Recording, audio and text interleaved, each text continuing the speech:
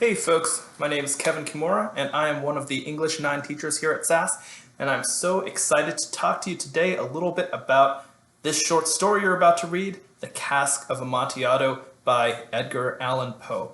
The point of this little video is to tell you just a little bit about Poe, to give you a little bit of information that might be useful to you as you read the story, and most importantly of all, to remind you of that EQ you're going to be keeping in mind as you read and annotate the story. That EQ, of course, being how do the author's choices impact the reader's experience. You're going to be looking for the choices that Poe made in writing this story, and you're going to be thinking about how those particular choices change the way that you read the story.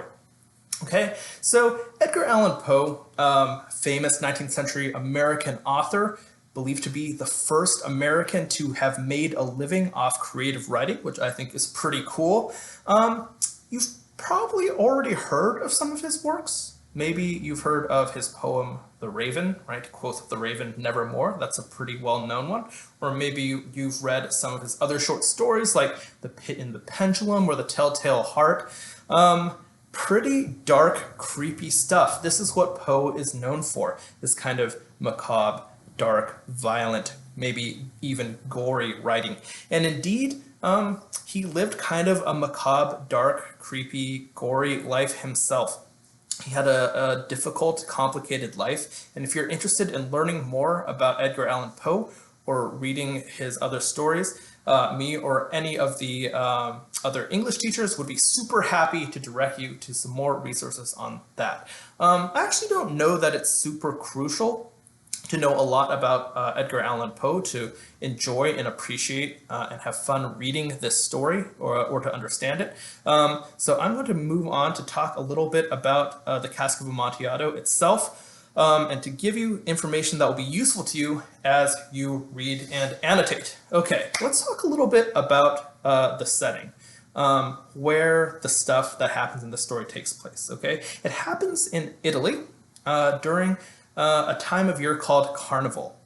What is Carnival? Well, in the springtime, many Christians observe Lent, which is a time of year when they might fast or give something up to help them reflect on the sacrifice that Jesus Christ made for the people of the world, right? They might give up something that is enjoyable to them, but maybe not so good for them. My wife loves to give up soda for Lent, for example. So before the start of Lent, that time of year where you give something up, you sacrifice something to remember the sacrifice of Jesus, many Christians like to have one last blowout party, one last celebration, where they indulge, maybe overindulge in the stuff that they're going to be giving up soon. And you might be familiar with Mardi Gras. That is a big deal in New Orleans in the United States. You might have seen images of Carnival in other countries like Brazil. But yes, Italy also has a major carnival, and it's a time of masks and overindulgence in fun things, including maybe drinking. And this is what where we come to the title of this story, The Cask of Amontillado. A cask, that's C-A-S-K, cask is like a little barrel, and Amontillado is a type of alcohol, a type of booze. And it's a form of sherry, which is wine with some extra alcohol in it to make it extra strong. And one of the things that might be useful to know as you read the story and think about its setting is that sometimes fancy beverages don't react well to being in bright or hot places, so it's actually relatively common to put them in cool, dark places. Maybe you've heard of wine cellars, a place underground that's cool and dark where you can keep wine. Same kind of deal here. And in fact, I'm coming at you now from my house's dark, creepy basement, which is actually the perfect place to be thinking about the Cask of Amontillado. Okay. Now that you have a sense of what's going on, we're in Italy, we're in Carnival, let's talk about characters and plot a little. It might help you to know that there are like two major characters in this story, so you will want to be looking out for these names, Montresor and Fortunato. And the story is structured as a confession. Montresor is telling you what he did to Fortunato, right?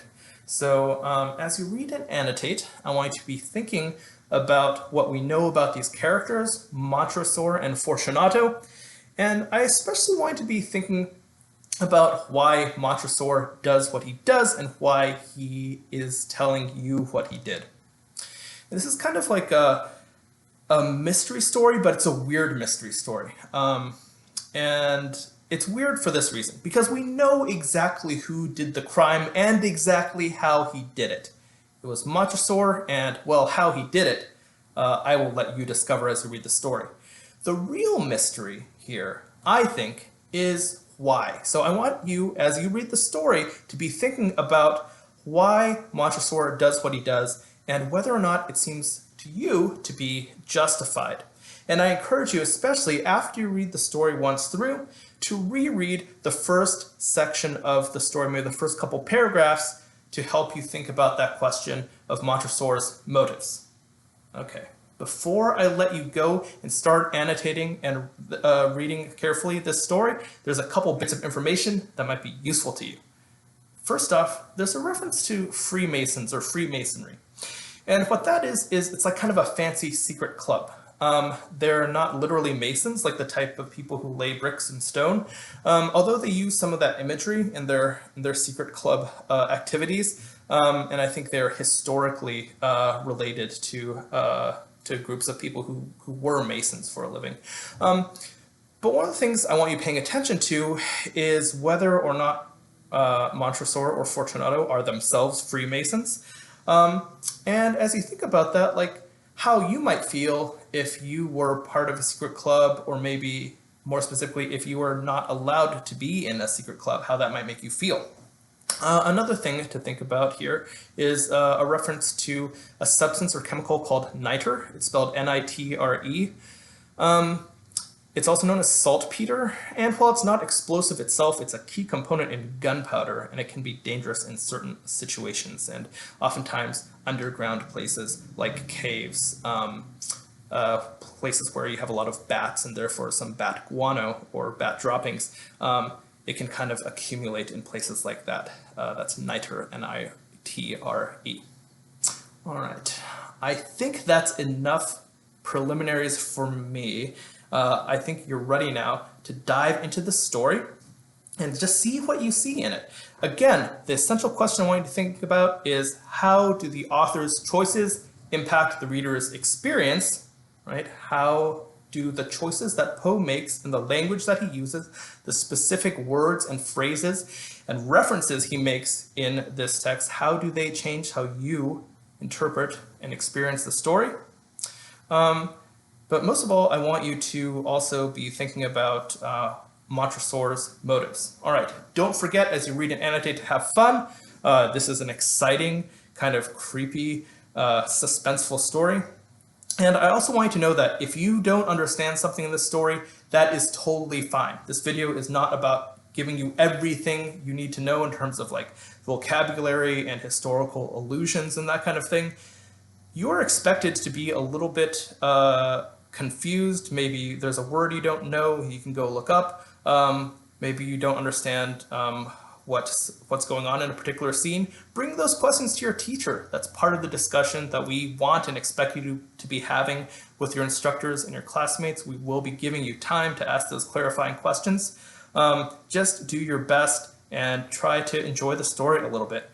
All right, that's enough for me from right now. Enjoy The Cask of Amontillado by Edgar Allan Poe, and we will see you on Zoom shortly.